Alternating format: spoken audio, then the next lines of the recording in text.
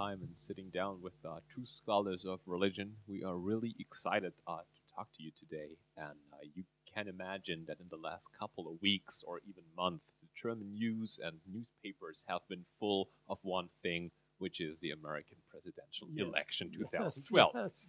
And Barack Obama would have had no problems at all if he had to convince the German voters of his presidential abilities. You know, nearly 90% of the German population would have re-elected him. Thousands of mostly young people stayed awake last Tuesday and raised their voices in joy whenever one of the American states turned blue. Are you happy about Obama's re-election? I am very happy. And indeed, even though all the polls showed I couldn't really believe it. I was on the airplane coming to Europe the night of the election, and normally I would be home glued to the TV. But then when the morning came and the pilot said Obama's been reelected and Romney has no chance, this American of Indian descent next to me goes, "Hooray!" And half the plane was very happy.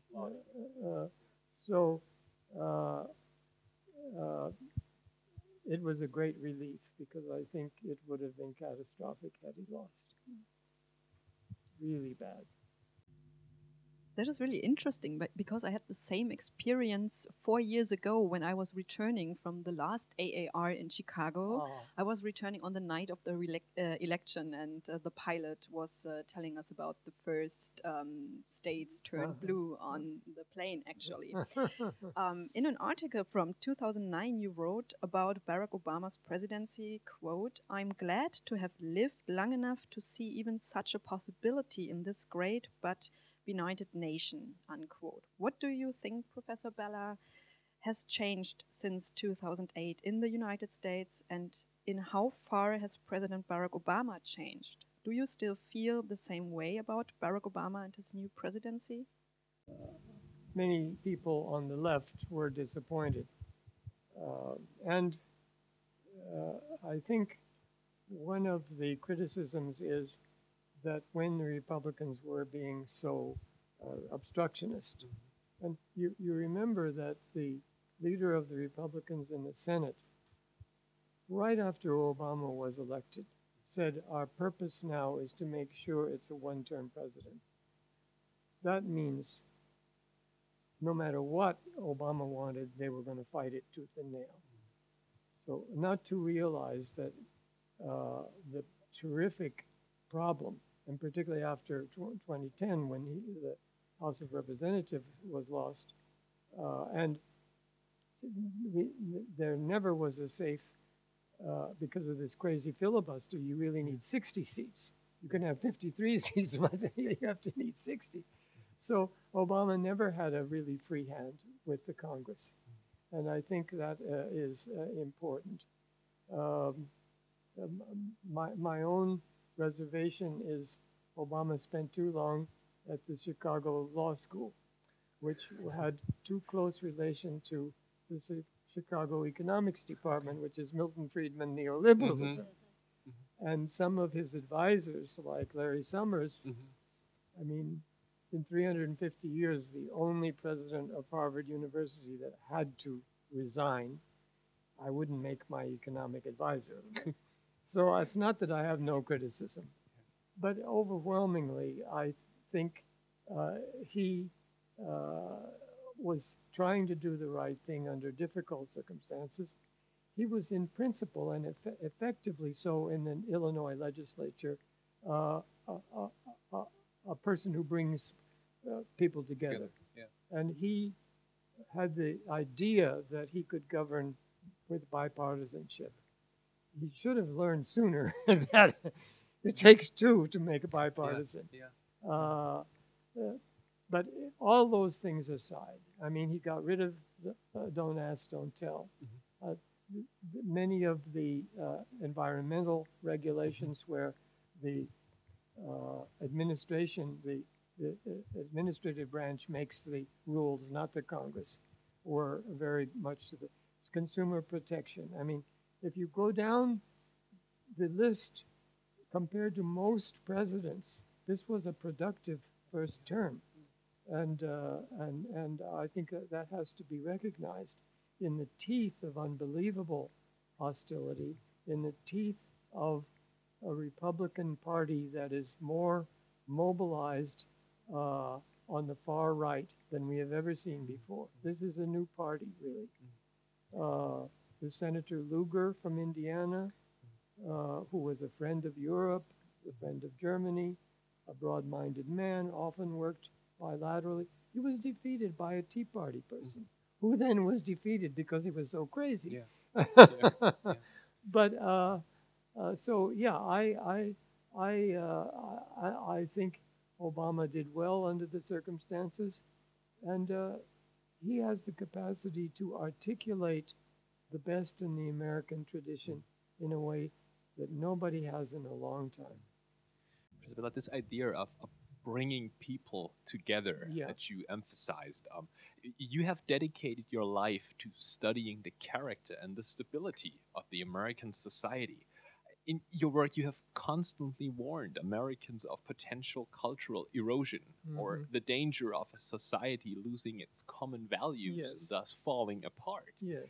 How stable do you think is the American society in the year 2012? And has this election brought people closer together or driven them further apart? I think it has been a very divisive election. I think that objectively speaking, we were talking about this in other groups, the demographic basis of a really hard right-wing group. The Republican Party is not the Republican Party that I grew up with. I mean, if the present Republican Party were in Europe, they'd never get more than 10 or 15% of the vote.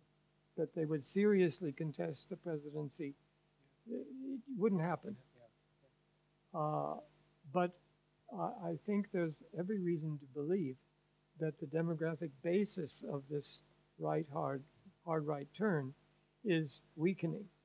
And one reason for the desperation almost of the Republicans this time is that it was sort of their last chance.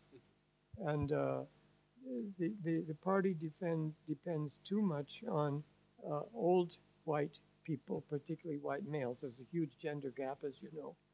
And each year, the percentage of white voters goes down because of immigration and because the Latinos have more children. Native-born whites don't have too many children. In fact, we are below. We're below. So I think, and there are voices within the Republican Party, though it's very divided about what this means, who are saying we have no future as a far-right party. If we can't once again be so-called big tent and include moderates, we're finished. How that will work out, I don't know. But I do not see a trend towards the right. Again, when Obama was nominated, I first heard Obama when he gave the keynote address in 2004, when I never heard of him before. This was a new face to me. And I thought it was one of the most electrifying moments in my political life. I said, what am I hearing? This is the America that I've been talking about my whole life. But what politician had ever said this before? Someone who really understands American history and what, and Obama is thoroughly aware of the bad side of American history. He can't say so because that's taboo in America, but he knows his patriotism is a critical patriotism, and that's of course what we need. But then my friend said, Bob, you've got to support Hillary. A black man has no chance. You're kidding yourself. You're wasting your time. No black man can be elected in America. And given our history, that was not an irrational thing to say. And so the first Obama victory was astounding that, in fact, all those, even from people, sympathetic people on the left who just couldn't imagine it, and then that in the midst of a terrible economic collapse, a black president can be reelected. I mean, I think we have to see, even though the numbers are closer than they were 4 years ago, the extent to which he covered the country, I think he lost only one state that he didn't carry before. I take all this as an indication that we are moving towards moderation, at least. You know, in America, the word socialist is very negative, and the word socialist applies mainly to countries like yours. Yeah, right. Yeah. Only in their minds they somehow confuse it with the Soviet Union, which is so crazy. But when Republicans say, "Oh, Obama's a socialist," I just have to say, I wish, because I think Obama has tried to be very delicate on that. Of course, he thinks government is responsible for helping people who need help, and that is one way Americans think about socialism. But as I say, he's got too many neoliberal advisors for my taste. Yeah. He's no socialist, except in the craziest sense of the word. But still, I think it's a very positive sign about American politics. Let us stay with Obama for one more question, and let us try to maybe rebound it to your earlier work. In the 1960s and onwards, you have analyzed the rhetoric of presidents and presidential candidates. Yes. And there are many references to God or a transcendent agent or a heavenly ruler. Yes. And this is one of the classical texts we every year read with our students still. In how far has this public rhetoric changed, especially with regards to Barack Obama's presidential campaigns in 2008 and 2011? Has he changed presidential rhetorics from a rather Christian in God we trust to a more spiritual, or one could even say therapeutical, yes, we can? Well, I think Obama is treading on delicate ground. He doesn't want to sound like one of these Christian nationalist super patriot kind of thing. But he wants to reassure, I mean, 1/3 of the Republican Party thinks he's a Muslim. I mean, it's crazy.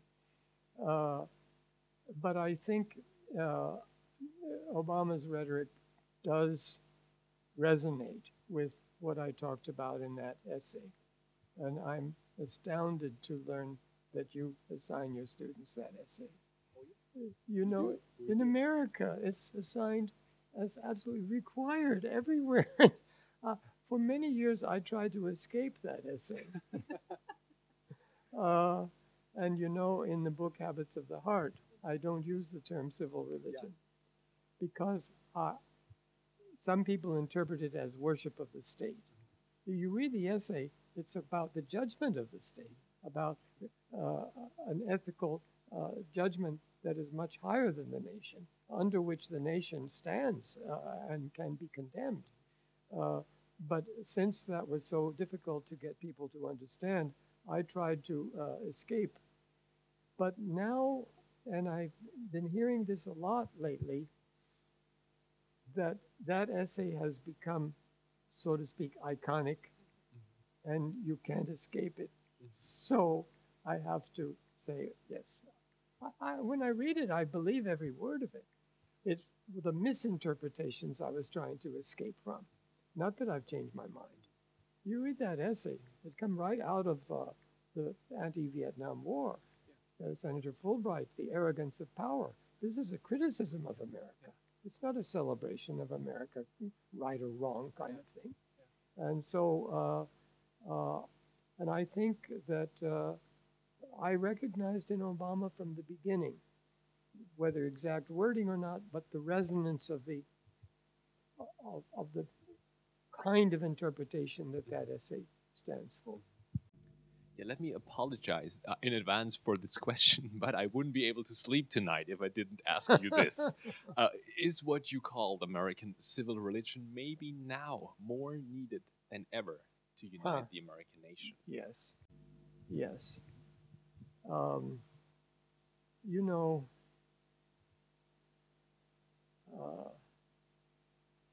because of Victor's justice, U.S. has never apologized for its crimes.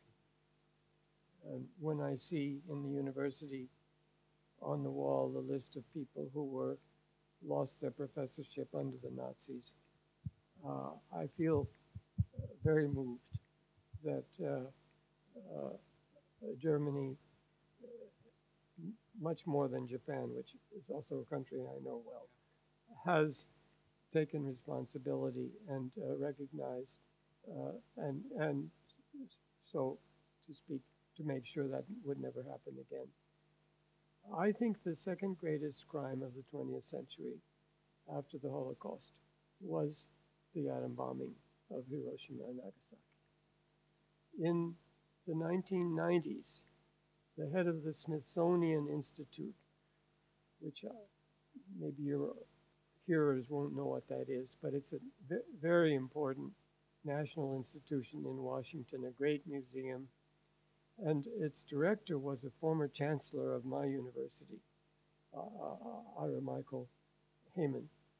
And he wanted to put on an exhibit where they would show this plane that dropped the atom bomb, the Enola Gay, and let all different views of it be expressed, but not a propaganda thing, just to recognize a significant moment in world history and American history. And there was such an outcry from the Republicans in Congress and the threat that the federal subsidy of the Smithsonian would be withdrawn. Not only did Heyman have to cancel that exhibit, but he resigned. Talk about thought control. Talk about something you're not allowed to speak about in public. Yes, nobody's going to arrest me if I criticize America about the atom bomb. But in a public venue, it is forbidden.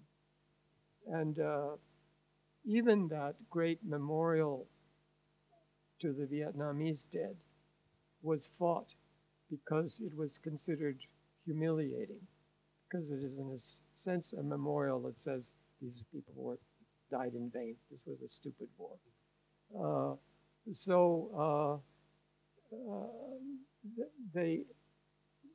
The kind of critical civil religion which recognizes, I mean, Hans Joas's new book, well, it's not new, it's in German, about the dignity, the sacredness of the person.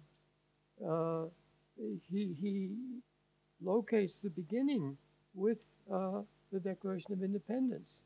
All men are created equal, and which really meant in the language of that day, all human beings, which again didn't mean, I mean, we still had slavery, women didn't have the vote, but in principle, that commitment to a profound human equality, which would apply to the poor of this earth as well as racial or gender or other,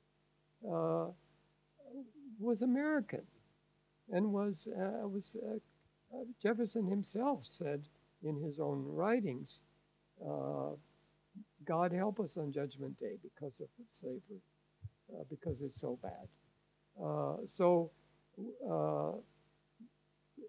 You can be proud that America was in the forefront of human rights. And you can also say, yes, but we didn't realize it fully, and we still haven't. We still have a long way to go. It's something that is a constant pressure for us to change. That, yes, we certainly still need that. And the last thing we need is an American triumphalism or American exceptionalism in this nutty way. So these two aspects that you talked about, like for America being an example, but also accepting the responsibility for the deeds and for what you do as a country. Yes. Maybe that leads to our next question. America is, one could say for us, always present here in Germany, in many parts and in many other parts of the world. Our news, for example, regularly tell us about American politics. Yes. Many TV shows from the US are very popular among Germans, and numerous cultural commodities influence many Europeans on a daily basis. However, religion seems to have turned into one of the major and most important ways of describing the United States. America, for many Germans, has become the home of a very conservative version of Christianity that has been gaining influence in many areas of the cultural sphere within the United States. To what extent do you think is what many people call the religious right real, more influential than in earlier years, and in fact capable of separating the United States society?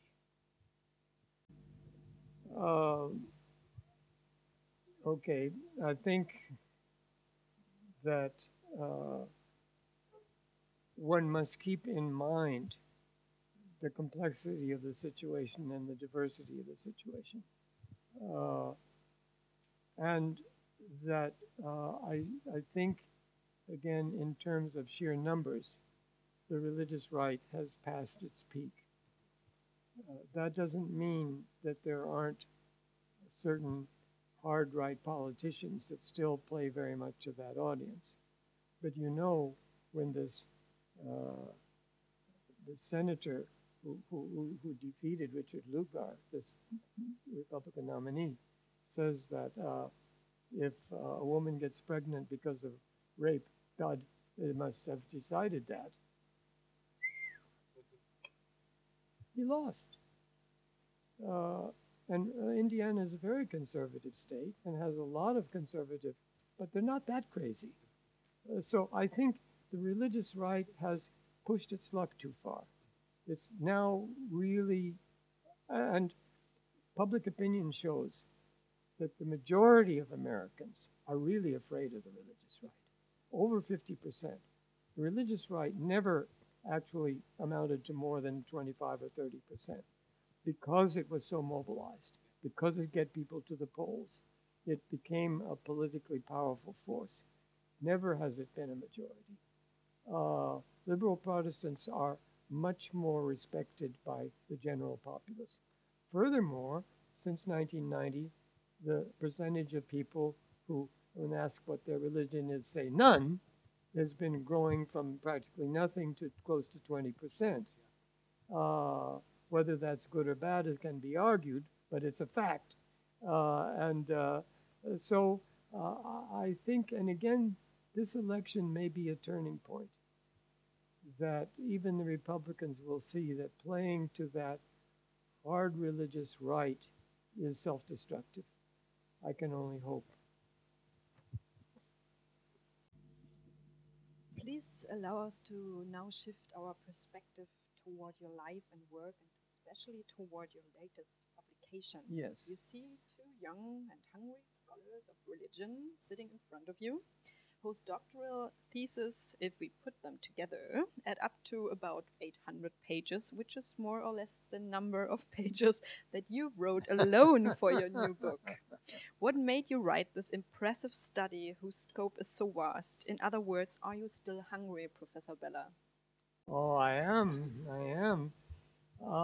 I think it's worth remembering that I started out as a Japan specialist, and that my doctoral dissertation, which was published as Tokugawa Religion, is still in print, not only in English, but in Japanese. I had a wonderful trip to Japan at the end of September and beginning of October, and that book is still alive. So they think of me as a Japan specialist. The irony is that, you know, I never intended to write that essay on civil religion. Do you know the story? Yeah. To Yes. step in, right? My teacher said, you must do this. I said, I don't know anything about American religion. I'm a Japan specialist. He said, a sociologist can write about anything.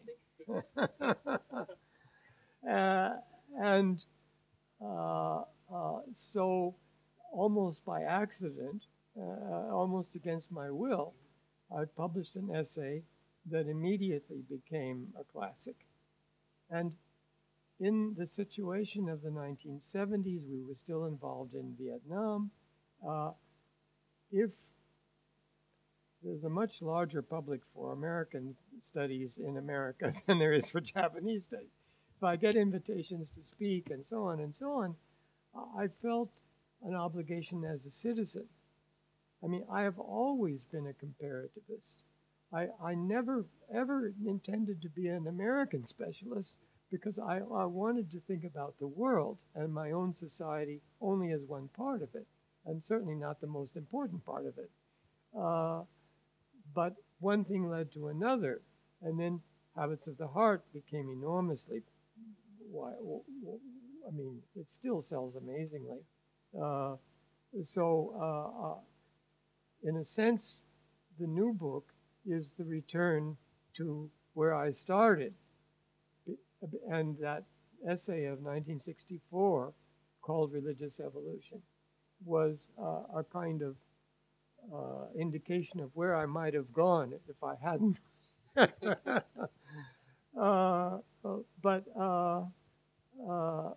Finally, when I retired and didn't have teaching or administrative duties and so on, and I finally could do what I had been wanting to do all along. So this is really where my heart is. And I had intended to write a book that would start with the Big Bang and end with the present. But when I got 1,000 pages of manuscript after 13 years, I said, Bob, you've got to send this to the publisher. And then the idea of volume 2, because every century you get closer to the present, the amount of data, even though I included from 13.7 billion years ago to 2,000 years ago in one book, to include from the year 1 to now in one book, no, not at that scale. I couldn't. But so I decided that the next would be what I call an extended essay that would not deal in the same detail. And after all, what am I leaving out? Christianity, Islam, Neo-Confucianism, Mahayana Buddhism, an awful lot of stuff. By the way, I'm just as glad I didn't deal with Christianity and Islam because the culture wars I avoided in the last book. But the next book I have tentatively called The Modern Project in the Light of Human Evolution. And so my argument is how similar the history of the world was to at least the last few thousand years, right up to the 18th century. In 1750, if you wanted to send a letter, how are you going to send it? A person could take it in his hand and walk. You could sit on a horse, or you could put it in a boat. That's all. No different than year 1. In Rome or London for 1,750 years, no advance in that respect.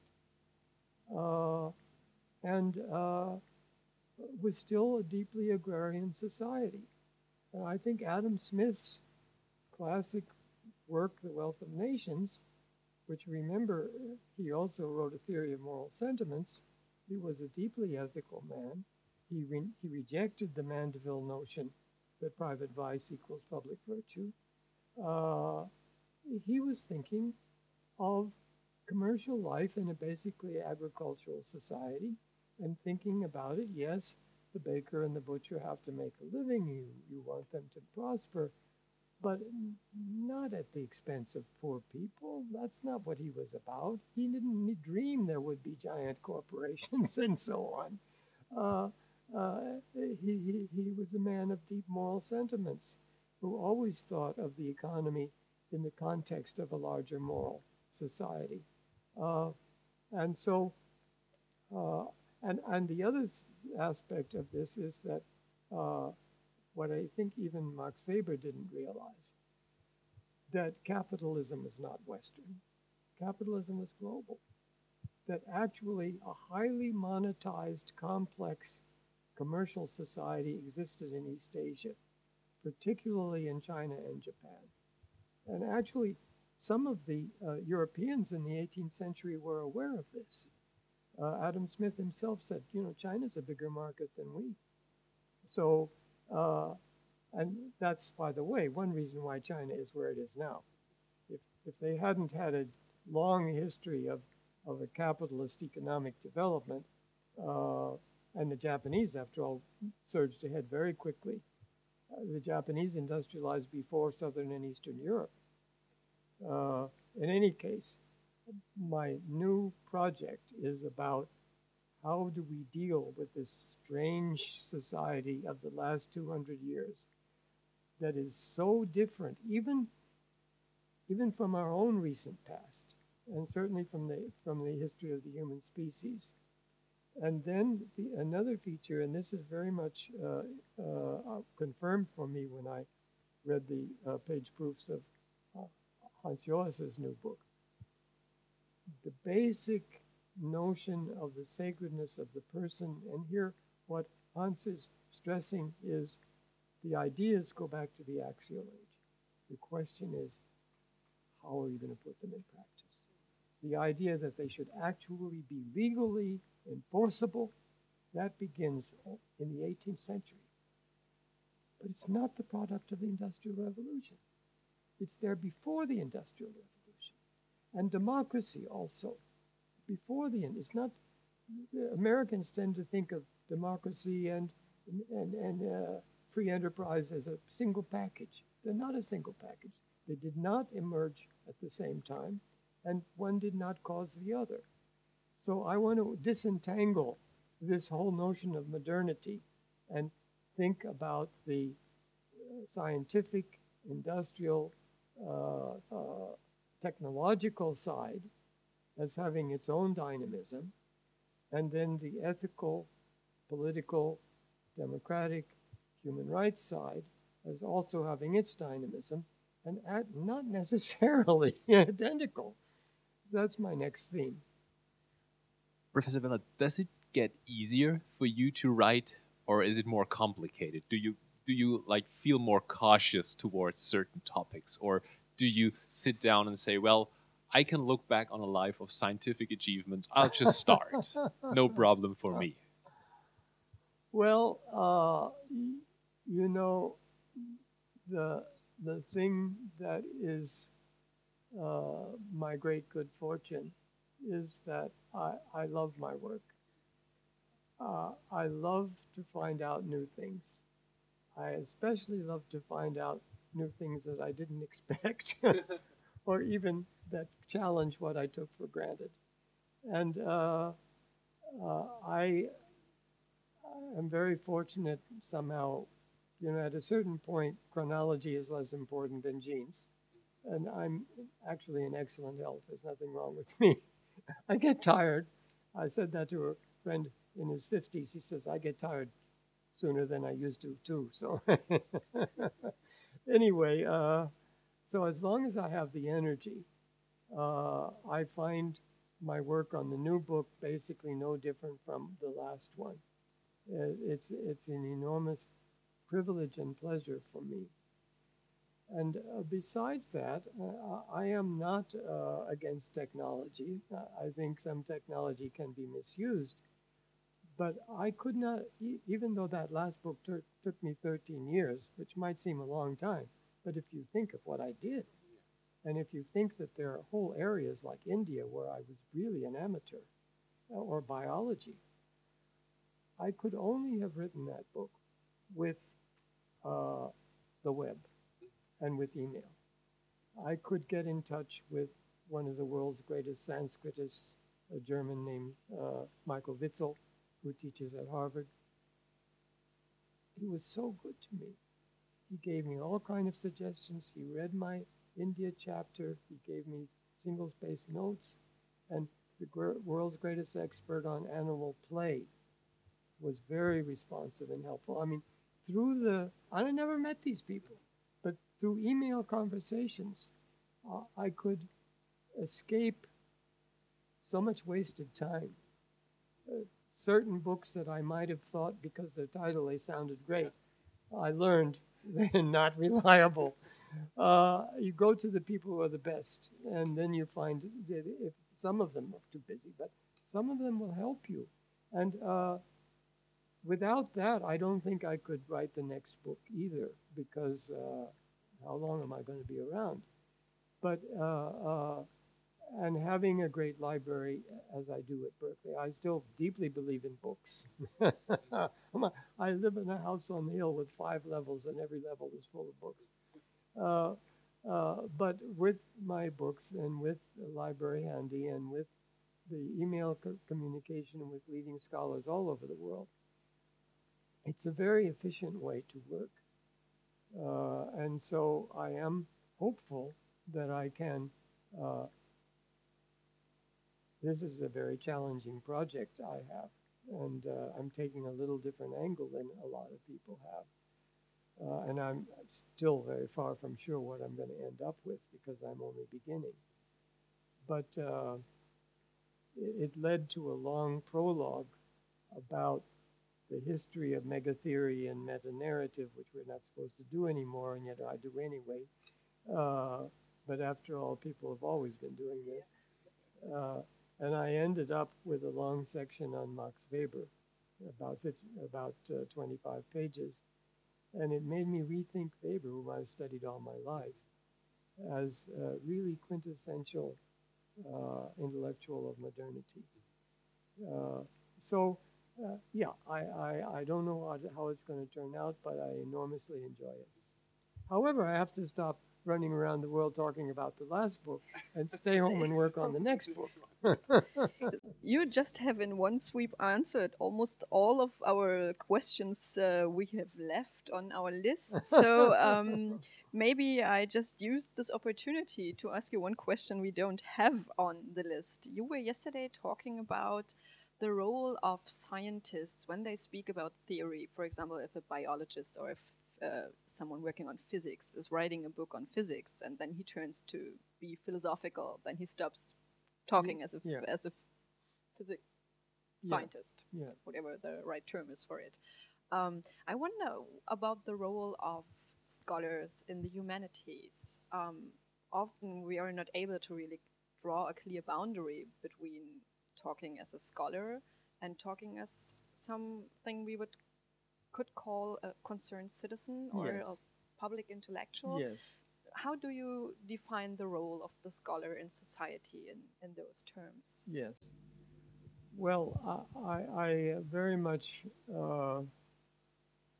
still appreciate one understanding of Weber's idea of value neutrality. That is, and I think it's usually not understood properly. Weber was perfectly aware that the only reason you would study something is because you have a value engagement in it. Otherwise, why would you waste your time? So the choice of subject matter. Then your results, what do they mean to people? You have to interpret them in terms of what's going on in the culture and why it's important that you did this study.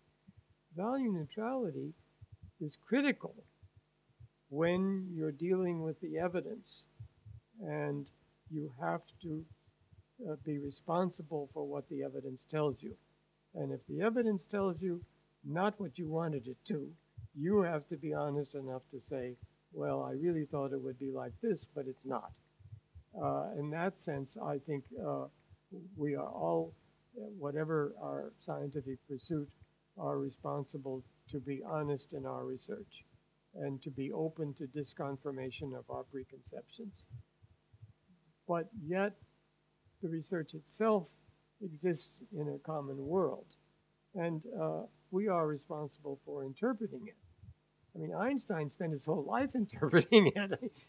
He talked about everything. Amazing man, although he's famous for the relativity theory, but still. And as I said in chapter 2, I find scientists themselves often in their last chapter give some much more general interpretation of what they've done. I think that humanists also have a responsibility to help the world understand why what they've done is important.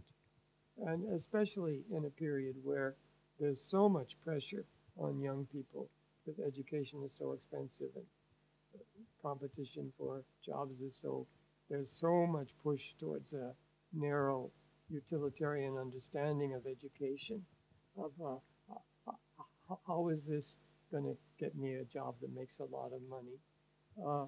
We need, scholars need to show that humanities or social science will help them understand the world and the society and themselves better.